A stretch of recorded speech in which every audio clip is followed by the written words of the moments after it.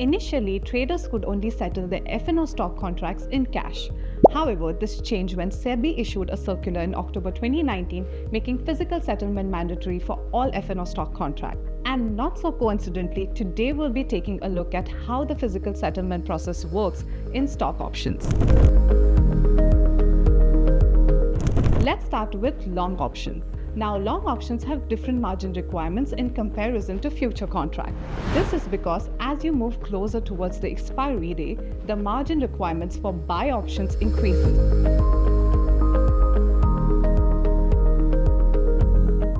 While the margins for sell options are already provided at the time of creating your position. For example, we know that Thursday is the expiry day for options contract.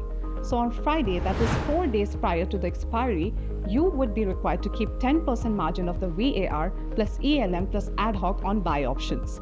On Monday, 3 days before expiry, you would be required to keep 25% of the margin, on Tuesday 45% of the margin, and on Wednesday 70% of the margins. And finally, on Thursday, the day of the expiry, you would be required to keep 100% of the VAR plus ELM plus ad hoc of the contract value in your F&O allocations. If you have requested for physical delivery on the day of expiry, you need to either bring in the cash or make sure you have free shares in your demat account for long and short stock options. If you've not requested for physical delivery, all your long option positions will be squared off when comes in the money. How about we understand this with a practical example?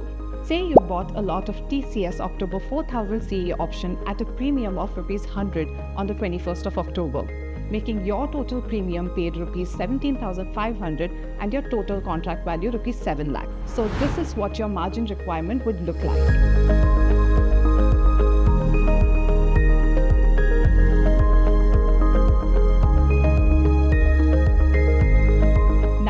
Have a look at how physical settlement works for short options. In the case of a short call or put, you need to ensure that you have sufficient free shares in your demat account. Please note that daily mark-to-market settlement does not take place in options. Short options that are close to the money strike from the prevailing spot price will be squared off by the system. The remaining contracts will expire by the end of the day. For example, if the spot price is ₹100, call options ranging from ₹101 to ₹104 will be squared off, while put positions from ₹99 to 96 will be squared off. The relevant CTM contracts will adjust as the spot price fluctuates. And depending on the position taken in the contract, your shares of funds will be debited or credited to your account the next day, that is T+1 day. Please note that physical delivery in option occurs only if the contract you are holding closes ITM on the expiry day, irrespective of whether you have opted for physical delivery. However, if you have not opted for physical delivery, then blocked excess margin for buy options position will be released by end of the day. Here are few points you need to remember. 1. Value of the physical delivery of shares is always the closed price of expiry day into open position quantity. 2.